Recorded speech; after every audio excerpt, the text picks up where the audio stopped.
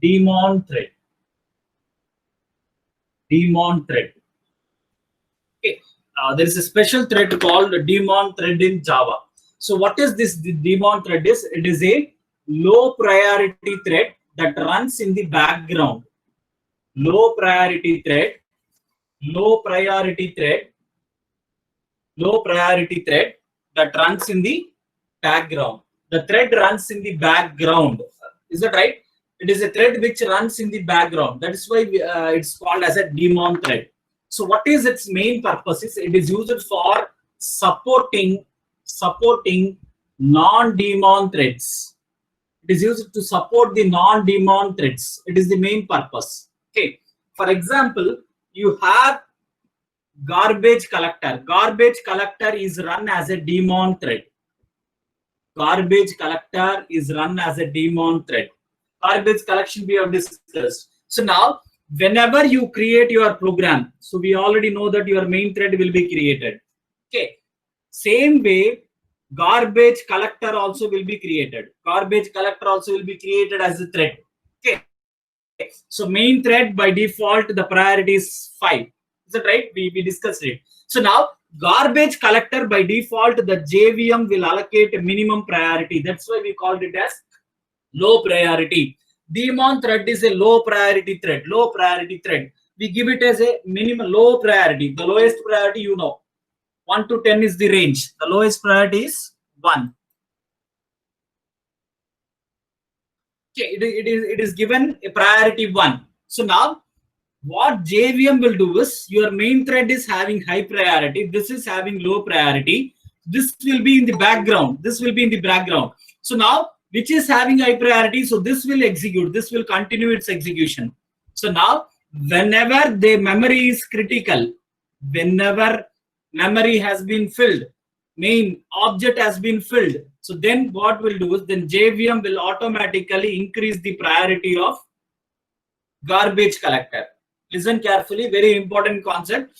See, whenever your main thread is running and when your main thread memory is totally filled, then your garbage collector will be given a priority of 10 so that your main thread will stop and your garbage collection will continue. Once it has freed the memory, once it has done freeing of the memory, it will be allocated the minimum priority again. So then what happens? Your main thread will start. Okay, so this will be done by your JVM. The Java virtual machine is going to take care of this. So whenever you are running your program, in background, one daemon thread is going to run. So that, for example, that type of daemon thread is garbage collector. Garbage collector is a daemon thread. So this thread will be running with a low priority in the background. Whenever your memory is critical, memory needs to be freed, then this garbage collector thread will be given highest priority and it is going to free the memory. After freeing, again JVM will change the priority to min priority. Once it is minimum priority, the main thread continues its execution. So this is about daemon thread. Okay, here there are two methods. Here there are two methods. Here there are two methods. One is daemon. Okay, it is going to return a Boolean value. What Boolean value it is going to return is, it is going to return true. It returns true.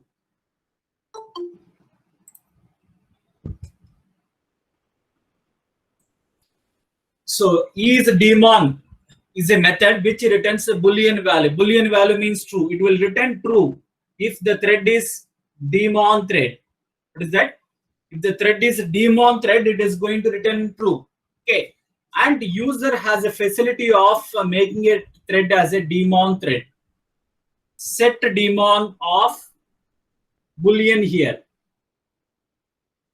Okay. Set daemon of Boolean. So here, if you are giving true, the thread is made as a daemon thread. If you are giving a value true, that particular thread is made as a daemon thread. Is that right? So set daemon method is used to make a thread as a daemon thread. If you are specifying it as true, the thread will be made as a daemon thread. Okay. So now this method you should use. You have to change the thread to a daemon thread before starting the thread. Very important point. Before starting the thread only, I can set a thread as a daemon thread. If I do after starting, I will get illegal thread state exception. What is that?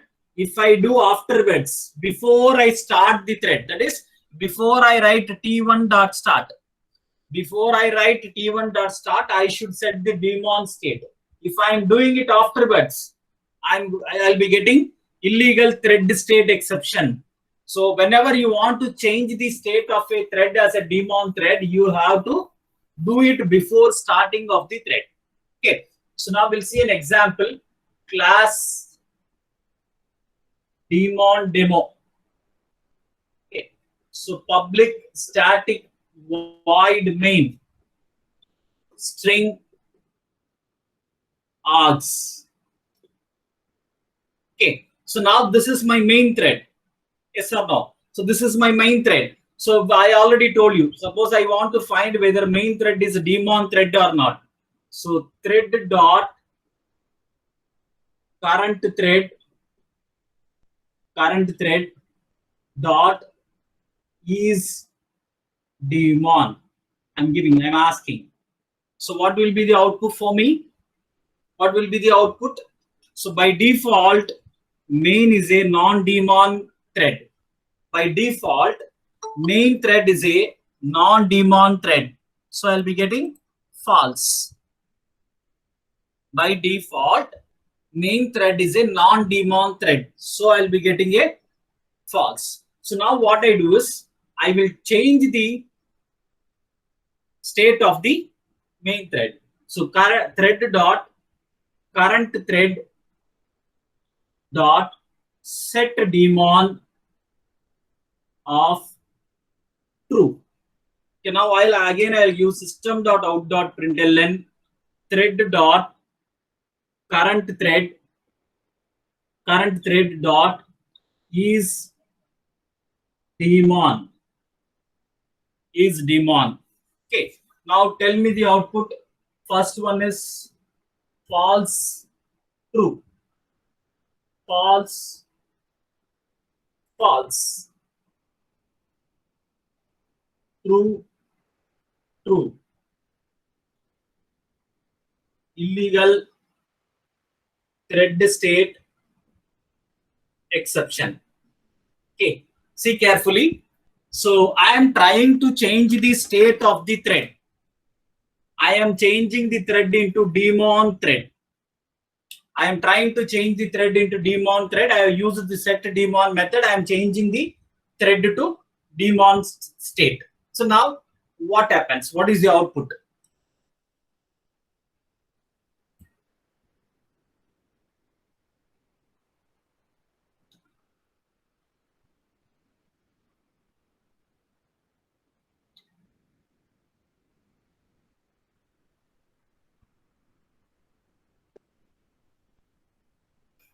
Okay, what is the output? Option A, it is false, true, false, false, true, true. And option D, it is illegal thread state exception.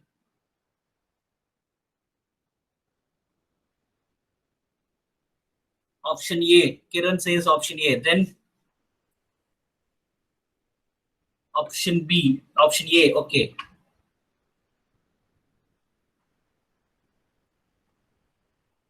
Any other answers?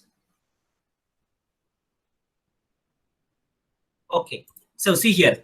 See, actually the answer is illegal thread state exception. So what is that we said? So this can be done before you start the thread execution. Main thread will be started automatically by your JVM. Once your program execution starts, automatically main thread execution is going to start. We will not call the start method. It starts by default. So once it has been started, I cannot modify it. Once it has been started, I cannot modify it. So in other words, we cannot modify the main thread into daemon thread. We cannot do it because main thread will be starting automatically whenever we call the JVM. Whenever we call the JVM, automatically main thread will be invoked. It is going to start automatically. Once it has started, if I am trying to change the daemon state of a thread, automatically I am going to get illegal thread state exception. Okay, I hope it is clear. Okay, so now I'll take one more example. I have some other thread. Suppose what we did previously, thread A extends thread. Okay, I have a thread here. Okay. So maybe what code it is, it's left to us. We can do it. Okay. So now this thread I can do it. So thread A T1 is equal to new thread A. Okay. So T1 dot start or something you can give, or if you want you can find the state.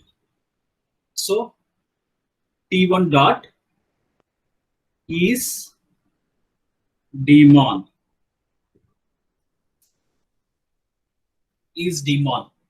Okay, so now T1 is a thread. I'm trying to check whether it is daemon thread or not. So I have a main thread.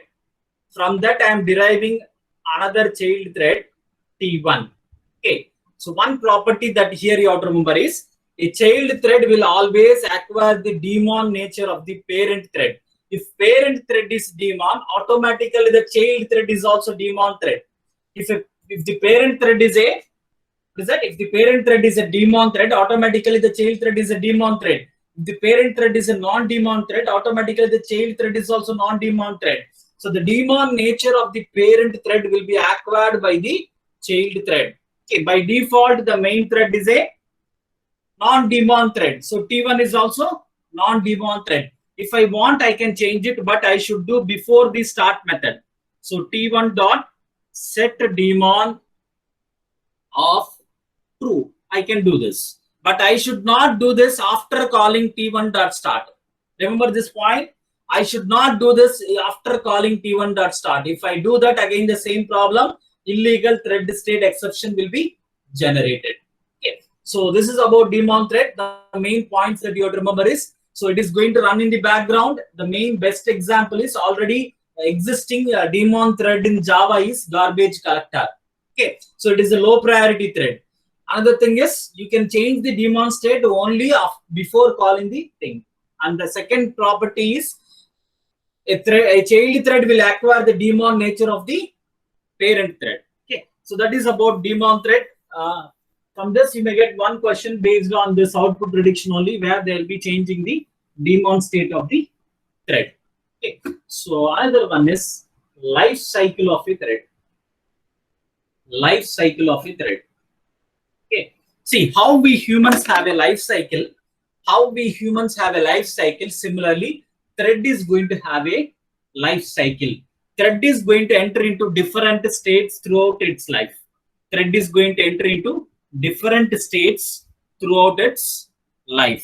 Okay, so the first one is called newborn state. The second is called ready or runnable state. Third is, I think I can move little up.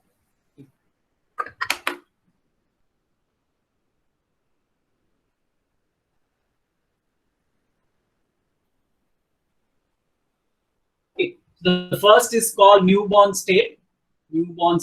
Second is called ready, or we'll call it as runnable state. And the third is running state. The last is dead state. Is that right? So now,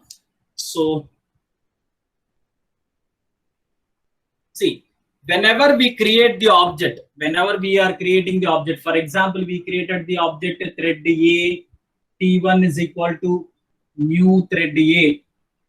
So the thread is born. Whenever we create the object for the thread class,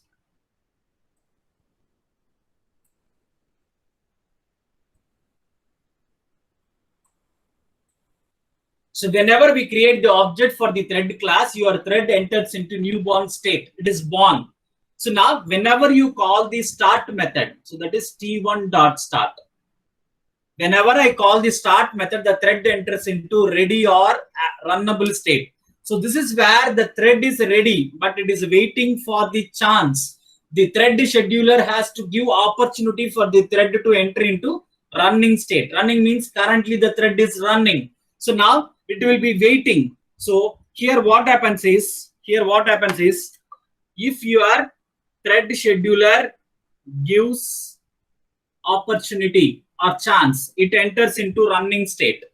Here the thread is ready, but it is waiting for a chance to go into running state. The ready or runnable state is a state where the thread is going to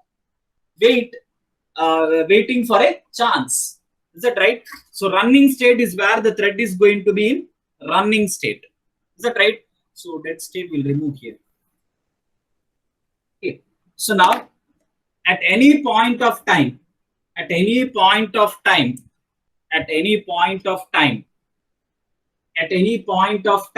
stop method is called, the thread enters into dead state. At any point of time, if stop method is called, the thread enters into dead state. At any point of time, once it is born, you call the stop method, it enters into dead state. It is in ready state, you call the stop method, it enters into dead state. At any point of time, if you are calling the stop method, the thread enters into dead state. So now, whenever you are in the running state, if you are running state, if you call any of these methods, that is, whenever you call either your wait method, join method, sleep method, what are the other methods which are going to interrupt the thread? Yield method. If you are calling these methods, the thread will go into, from running state, it will go into runnable or ready state. It will go into this state. Is that right? So now whenever, we need not do. So another state is called blocked state.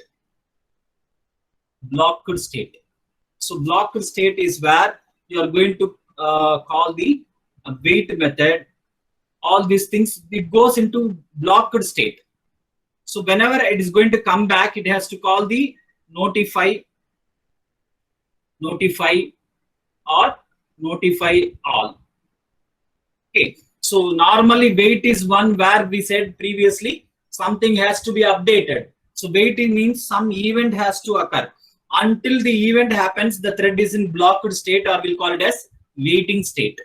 Blocked state or waiting state. The thread will be in blocked state or waiting state until some thing happens, and when it is notified, only it comes back to the running state or runnable state. Okay. So this is about the life cycle of a thread. So every thread undergoes these different life cycles. Is that right? So this is about thread concept.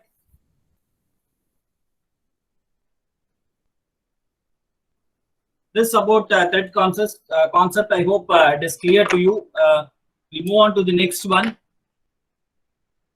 So we already discussed this, but we'll discuss in detail little bit.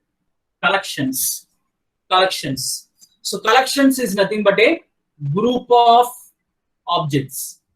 So whenever you want to represent a group of objects as a single entity, okay, that day we saw an example also. You are taking a bag to your college, you dump everything into it. So all the things which are in your bag are different set of objects. Different set of objects you are grouping and putting in a bag. Similarly, collection is nothing but a group of objects into a single entity. Whenever you want to represent a group of objects into a single entity, we use collections. So, and as I told you, collections will help you to implement data structures in Java. So Java will use collections to implement data structures. So all these are there in the package java.util package. Java.util package. So there are 9 key interfaces in this. We'll discuss a little bit about it. So collection, list, set, queue. Okay. Collection is the root interface. List is an interface. Set is an interface. Queue is an interface. We'll see the properties. So list is one which is going to represent the list of things. So in collections, we need to see mainly 3 properties. One is called ordered collection. ordered collection, or we'll call it as unordered collection. So this is one property. The second one is sorted collection, unsorted collection. Third one is duplicates allowed, duplicates are not allowed. Duplicates are not allowed. Okay, what is the sorted and ordered is? Ordered means the insertion order is preserved. See, I am inserting the elements 10, 20, 30. So it will be like that only. That is called ordered collection. If the order is not maintained, it is going to store in a random way, 20, 10, 30 or something like this. Order is not preserved. That is called unordered collection. If the order is preserved, the order in which I am inserting the elements is preserved, that is called ordered collection. So sorted collection means the element will be by default sorted. In whatever way you insert, the elements will be sorted by default. So the next one is whether the collection is going to allow duplicates or it's not going to allow duplicates. These are the three basic properties. Okay, so now if we go to list, so list is a ordered collection. It is going to maintain the order of insertion, whatever order you are inserting. But so duplicates are allowed. Duplicates are allowed. It allows duplicates. Is that right? And not sorted. It is not sorted. It's not sorted. Okay, if you go to set, duplicates are not allowed. Duplicates are not allowed. That is the main property. Here duplicates are allowed. Here duplicates are not allowed. So this is one where we'll discuss it later. It is used for implementing your queue data structure. Okay, so mainly these two things. So now inside this we have different things. One is called array list. Array list. There are classes which implement this. Another one is called linked list. Linked list. I hope you know the difference, array list and linked list. So now these are the classes which are implementing this interface. Another one we have called vector. A vector, which is having a subclass called stack. So actually collection came in Java 1.2 version. List came in 1.2 version. This is 1.2, this is 1.2, but vector is in 1.0 version. So these two things are in 1.0 version. So that's why these are called as these two things are called as legacy classes. Okay, these two things are called as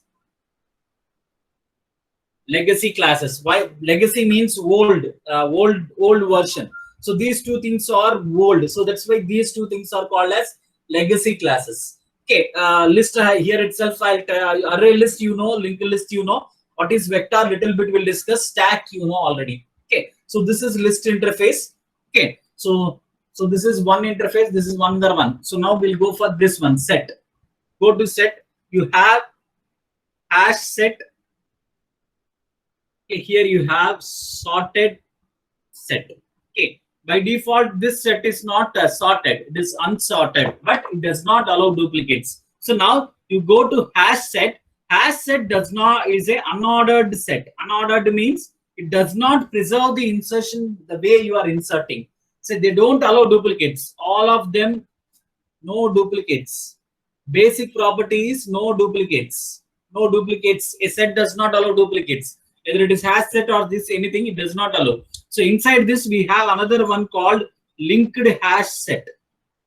Linked hash set. So it is an ordered set. Ordered set. It is not sorted. It's not sorted. So ordered means how I am inserting, the sequence is going to be maintained. Here the sequence will not be maintained. So now sorted set is an interface. Sorted set is an interface. So it is going to have another one is navigable set.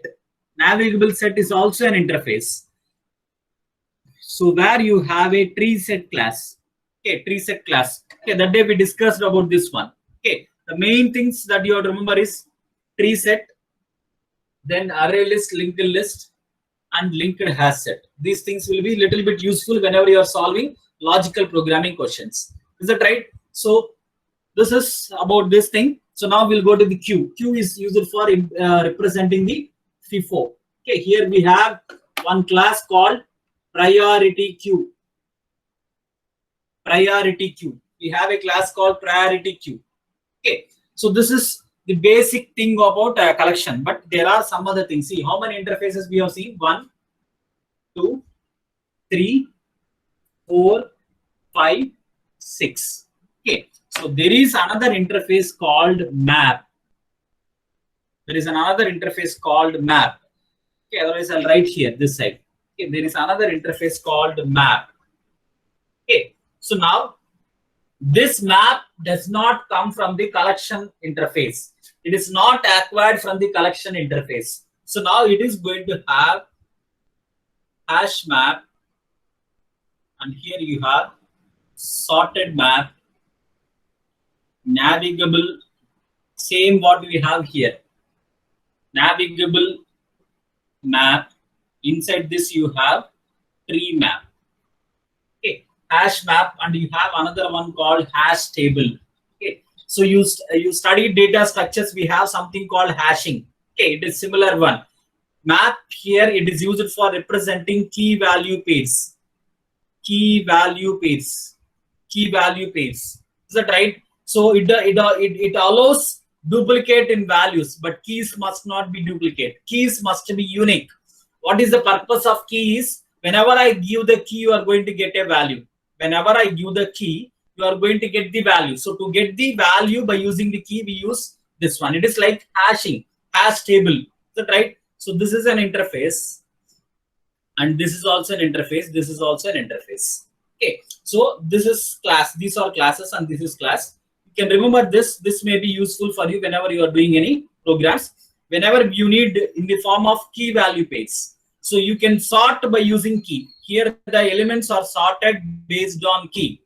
Here it is a sorted map. Sorted map, the elements in the map will be sorted based on the key, not the value. Okay, so this is about the interfaces. So this is the 7th interface, 8th interface. Totally 9 interfaces are there. Even though map is not from this one. So the common question that is asked is, which of the following interfaces are not derived from the collection interface? So the thing is, map is an interface which is not derived from collection. So why we are discussing here is, this is commonly used with collections. It is commonly used with collections. Similarly, there is one more thing which is commonly used with collections. We have the object class. From this, there are 2 classes. Okay. For this also, top object class. For any class, the supermost class is object class in Java. So one is arrays class. Another one is collections class. Okay, see the difference. This is an interface. Collection is an interface. Collections is a class. Collections is a class. This is a class. This is an interface. So this is not there in the collection interface hierarchy. It is defined in the object class. So what is the main usage of this one is, it is going to have utility functions. Utility functions means those functions which are utility methods, those methods which are useful for you to perform different operations. Okay, so we have seen the different methods. You have the methods for sorting. So those collections which are not sorting the elements, if you want to sort, you can use this methods in this. Okay, so remember, collections is a class. Collection is an interface. Collection is an interface. So what is the main purpose of this one is, it provides utility methods. What is the main purpose of this one is, it is the root interface for collections in Java. It is the root interface for collections in Java. Is that right? So now we'll discuss about the collection interface. What are the methods in it? The different methods that are available in collection interface. Collection interface. Collection interface. One method is add object. Add object. Okay. So this method will allow you to add the elements. To add an object to collection. Okay, obviously, you know, you want to add an element, you can use add method. Similarly, you want to add list of elements. You want to add a total collection. Already you have one collection. You want to add that collection to another collection. So then you can use add of collection. You can give the collection object, all the elements will be added to that. So then we have the method remove. Okay. Then we have remove all. Remove particular object. Remove all. Then retain. Retain all or retain something. I'll tell you. So collection. Okay. So all these three methods are used for deletion only. So this is going to delete a particular element. Deletion of a particular element. It is going to delete a particular element. So this is one which is going to delete the total collection which you are giving. The total collection which you are giving, that will be deleted. So what it will do is, so collection C, what it will do is except collection C, it will delete all. Except this collection, it will delete all. If suppose I gave collection as odd elements, all odd elements, except this odd elements, rest of the even elements will be deleted. So whatever collection you are giving, that it is going to leave, and rest of the elements it is going to delete. Okay, so this is one set of methods. Similarly, you have another method called isEmpty. isEmpty. It returns true if your collection is empty. Okay, one more method. Sorry, one more method is clear. In the deletion method, one more method is clear. Clear means it will totally delete and your size will be 0. It will totally delete your collection and your collection elements, and it becomes the size as 0. Okay. So isEmpty will return true if the collection is empty, otherwise it returns false. Otherwise it returns false. So another method is size. A very useful method. So returns the size of the collection. Returns the size of the collection. How many elements are there in the collection? How many elements are there in the collection you can get by using size method. So now the methods which are there in the collection. Okay, another we'll see. Contains. Very useful. Okay. So it is going to return the index of the object. Okay, whatever you are searching, either that object is present in the collection or not. Collection contains so many objects, S1, S2, S3, S4. I will call the method contains, the collection name is L1. L1 dot contains of S1 means it will tell whether that it contains or not. It contains or not.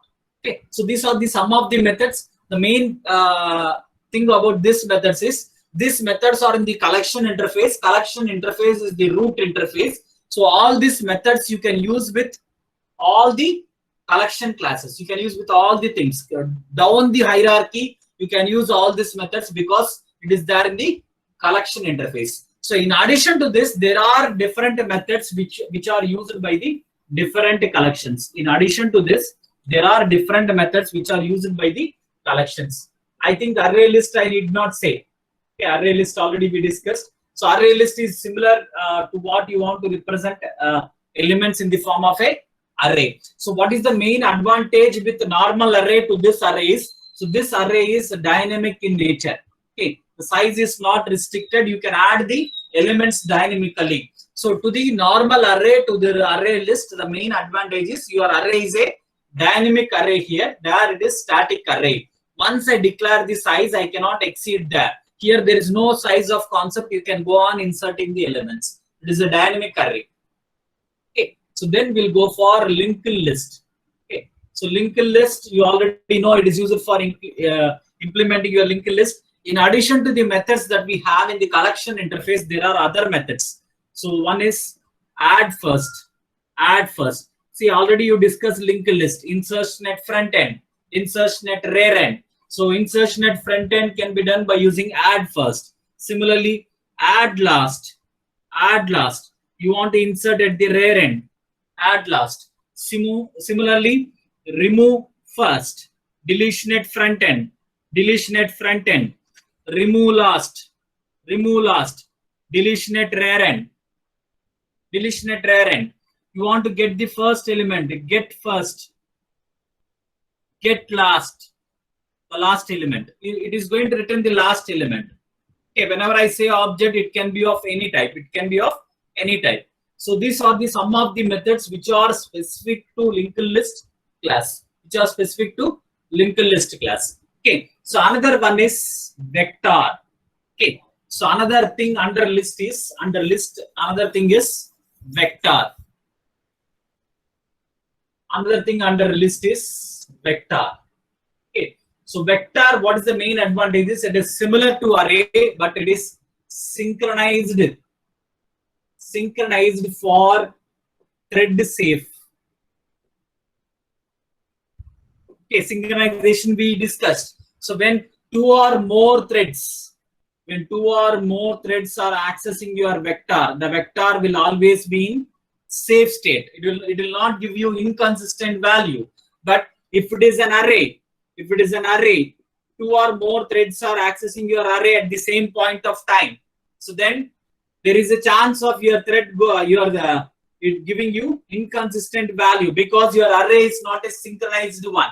Your vector is a synchronized. Since your vector is a synchronized one, you are going to get a thread safe state. Always vector will be in thread safe state. The elements and everything is same. How you are going to add vector, adding and everything is same as array only. The main thing is your vector is a synchronized one. Your array is not a synchronized one. So under vector you have stack. Okay, so you know you have push, pop. Okay, other than the elements, other than the methods that we have in the normal collection interface, we have push and pop methods which are there in the stack. Okay, so as already I told you, these two things are also called as legacy classes because they come with the lower versions. They are from old versions of Java, so only they are called as legacy classes. Okay, 2 minutes will end it. So set interface. So we are already seen set interface. What is the main purpose? So set interface is used for mainly duplicates, no duplicates. So whenever you want to solve the questions which are related to frequencies and all, this will be useful. You can use this set. So inside of this, I told you, you go with the tree set, or you can go with hash set, linked hash set. No specific important methods. So hash set, as I told you, it does not preserve the order. It is going to preserve the order, but it is not in sorted form. Both are not in sorted form. Here it is sorted form. The elements will be stored in sorted form. Okay, so this is about the set interface. Is that right? So you have any doubts, you can ask. We'll end it here. And tomorrow, few more things we'll discuss, and we'll wind up collections, and we'll be going to RDBMS. Any doubts in this till now? Oh, it's 10:23 only. I thought 10:33. Okay. Any more doubts?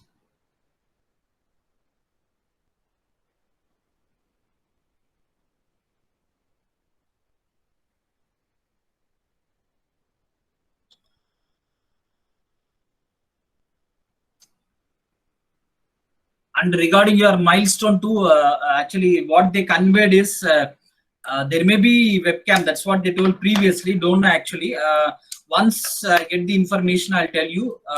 But there is a lot of chance of using webcam. Actually, while milestone 1, they told that for milestone 2, we'll be enabling webcam. Okay, so see that you prepare well for milestone 2. So milestone 2 will be conducted on 6th as per the schedule what we planned previously. So that is Monday you'll be having milestone 2 assessment. Same timings, everything is same.